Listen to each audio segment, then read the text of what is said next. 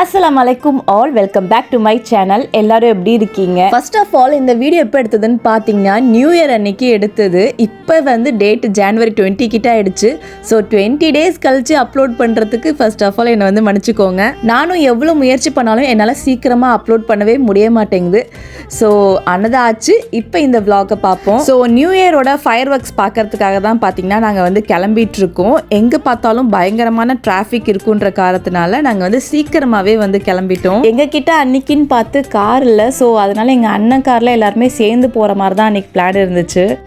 நாங்கள் last new இயருக்கு பார்த்தீங்கன்னா ஃபயர் ஒர்க்ஸ் பார்க்கறதுக்காக குளோபல் வில்லேஜ் போயிருந்தோம். அப்போ எங்களுக்கு ரொம்ப பிடிச்சிருந்துச்சு, அந்த வைபே செம்மையாக இருந்துச்சு. ஸோ அதனால் இந்த வருஷமும் நாங்கள் குளோபல் வில்லேஜ் தான் பிளான் பண்ணி வச்சுருந்தோம். பட் அன்ஃபார்ச்சுனேட்லி அது அந்த பிளான் வந்து கேன்சல் ஆகிடுச்சு.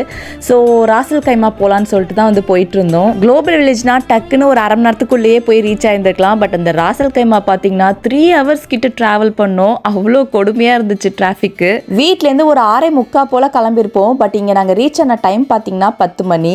பட் என்ன ஒரு சந்தோஷம்னா அட்லீஸ்ட் 10 மணிக்காச்சும் ரீச் ஆனோமே, நல்ல வேலை ஃபயர் ஒர்க்ஸ் பார்க்கலாம் அப்படிங்கிற ஒரு சந்தோஷம் இருந்துச்சு. இங்கே ராசல் கைமால வருஷம் பார்த்தீங்கன்னா அல் மர்ஜான் ஐலாண்ட் சொல்லிட்டு அங்கே தான் இந்த ஃபயர் ஒர்க்ஸ் வைப்பாங்க.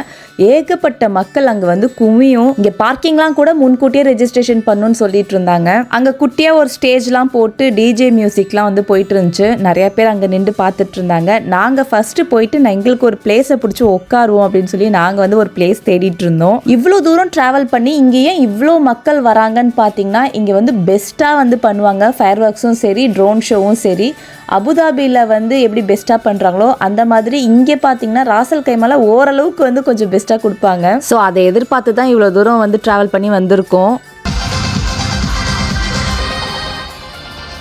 நாங்கள் போனோடனே ஒரு இடத்த பிடிச்சி பாயெல்லாம் போட்டு உக்காந்தாச்சு. சரி ஃபஸ்ட்டு சாப்பிட்ருவோம் ஃபயர் ஒர்க்ஸ்க்கு முன்னாடி அப்படின்னு சொல்லிட்டு நான் பார்த்தீங்கன்னா சிக்கன் ஸ்டஃபிங் மாதிரி ஒன்று வந்து செஞ்சு எடுத்துகிட்டு வந்திருந்தேன். ப்ரெட்டும் எடுத்துகிட்டு வந்திருந்தேன், சாண்ட்விச் மாதிரி வச்சு சாப்பிட்லான்னு சொல்லிட்டு. அப்புறம் என்னோடய பாபி பார்த்திங்கன்னா அவங்க சப்பாத்திலாம் எல்லாத்துக்கும் சுட்டு எடுத்துகிட்டு வந்திருந்தாங்க. கூடவே வந்து முட்டை புரிஜி, நல்லா கேப்சிகம்லாம் போட்டு சூப்பராக ஒரு முட்டை புரிஜி செஞ்சு எடுத்துகிட்டு வந்திருந்தாங்க. இந்த மெனுலாம் பார்த்திங்கன்னா நாங்கள் குளோபல் வில்லேஜுக்கு ஏற்ற மாதிரி வந்து செஞ்சுருந்தோம். பட் என்ன பண்ணுறது, இங்கே ராசல் கைமால தான் உட்காந்து சாப்பிடணுன்ற மாதிரி ஆயிடுச்சு. இந்த சிக்கன் ஸ்டஃபிங் பார்த்திங்கன்னா நல்லா நிறையா சீஸ்லாம் போட்டு எடுத்து வந்திருந்தேன். இந்த பனியில் எங்கே உறைஞ்சி ஒரு மாதிரி கெட்டியாயிடுமோ அப்படின்னு நினச்சேன். பட் அப்படிலாம் இல்லை, நல்லா சூப்பராக இருந்துச்சு. சரி சாப்பிட்டுட்டு அப்படியே ஒரு வாக் போயிட்டு வரலான்னு சொல்லி அப்படியே கிளம்பியிருந்தோம்.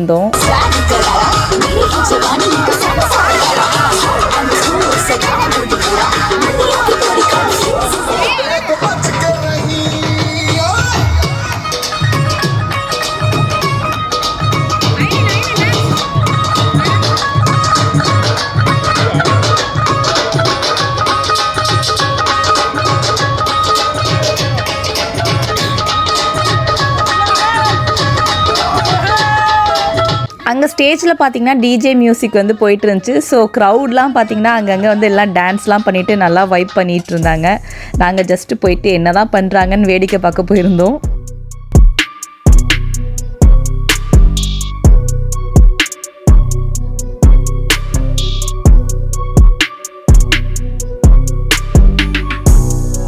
அங்கே எங்களுக்கு ரொம்ப நேரம் நிற்கிறதுக்கு வந்து ஒரு கம்ஃபர்டபுளாக இல்லை. ஸோ அதனால் அப்படியே வந்து நாங்கள் கிளம்பிட்டு எங்கள் ஸ்பாட்டுக்கு போனதுமே பார்த்திங்கன்னா ட்ரோன் ஷோ வந்து ஸ்டார்ட் பண்ணிட்டாங்க.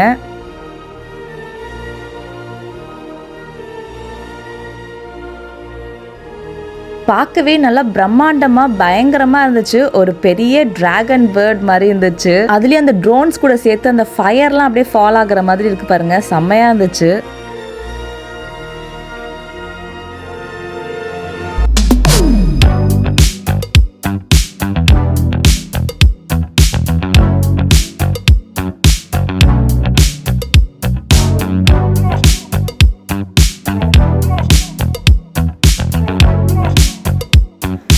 எப்படி தான் ட்ரோன்ஸ் வச்சு இப்பெல்லாம் செய்கிறாங்களோ, அதுவும் அதோட மூமெண்ட்டெல்லாம் பாருங்கள். அப்படியே தலையெல்லாம் வந்து அசைக்கிறது, இந்த பக்கம் திருப்புறது, அந்த பக்கம் திருப்புறது, கண்லேருந்து லேசர் வர மாதிரிலாம் பயங்கரமாக இருந்துச்சு பார்க்குறதுக்கே.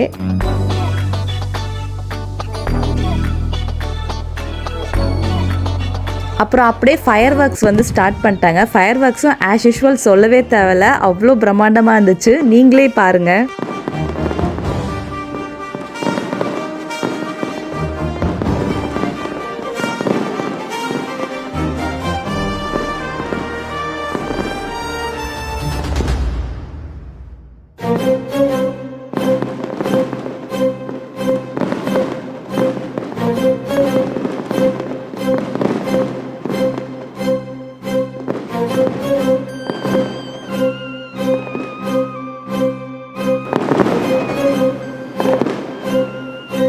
எல்லாரும் அப்படியே ஸ்டன் ஆகி போய் பார்த்துட்டு இருந்தோம். பட் என்ன ஒரு வருத்தம்னா 2026ன்னு சொல்லிட்டு போடவே இல்லை, கவுண்டிங்ஸும் வந்து போடவே இல்லை. அதான் கொஞ்சம் வருத்தமாக இருந்துச்சு.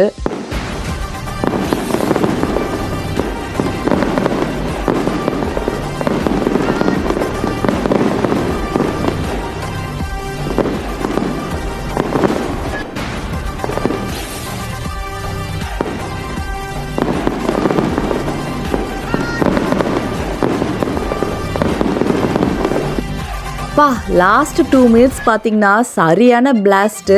கிட்டத்தட்ட ஒரு 10 மினிட்ஸ் வந்து ஃபயர் ஒர்க்ஸே இருந்திருக்கும். இந்த 10 மினிட்ஸ் ஃபயர் ஒர்க்ஸை பார்க்கறதுக்காக தான் பார்த்தீங்கன்னா இவ்வளோ மக்களும் இவ்வளோ தூரம் ட்ராவல் பண்ணி வந்திருக்கோம். அதுலேயும் அபுதாபிலலாம் 60 மினிட்ஸ் ஃபயர் ஒர்க்ஸ் தான் எப்பயுமே கின்னஸ் ரெக்கார்ட் பண்ணுறாங்க. ஸோ நெக்ஸ்ட் இயர் எப்படியாச்சும் அபுதாபி போய் பார்க்கணும்னு சொல்லிட்டு ஒரு ஆசை. அங்கே உள்ள குளிரை பற்றி நான் சொல்லவே இல்லையே, பயங்கரமான குளிர். எல்லாரையும் பார்த்தாலே உங்களுக்கு தெரிஞ்சிருக்கும். எல்லாம் வந்து சொட்டரை போட்டுட்டு இழுத்து போட்டுட்டு உட்காந்துருந்தோம்.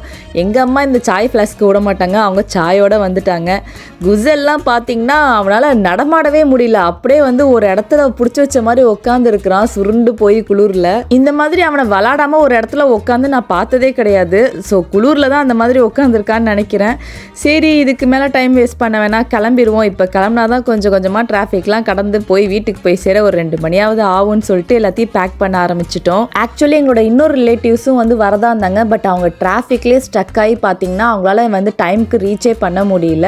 ஸோ அங்கேயே தூரமாக நின்றே ஃபயர் ஒர்க்ஸ்லாம் பார்த்துட்டு அவங்க அப்படியே வந்து கிளம்பிட்டாங்க. ஸோ ஷார்ஜாலேருந்து ராசல் கைமாக்கு ஃபயர் ஒர்க்ஸ்லாம் பார்க்க வரீங்கன்னா வீட்டை விட்டு 6 மணிக்கே கிளம்பிடுறது வந்து பெட்டர். அப்போ தான் வந்து டயத்துக்கு ரீச் ஆக முடியும்.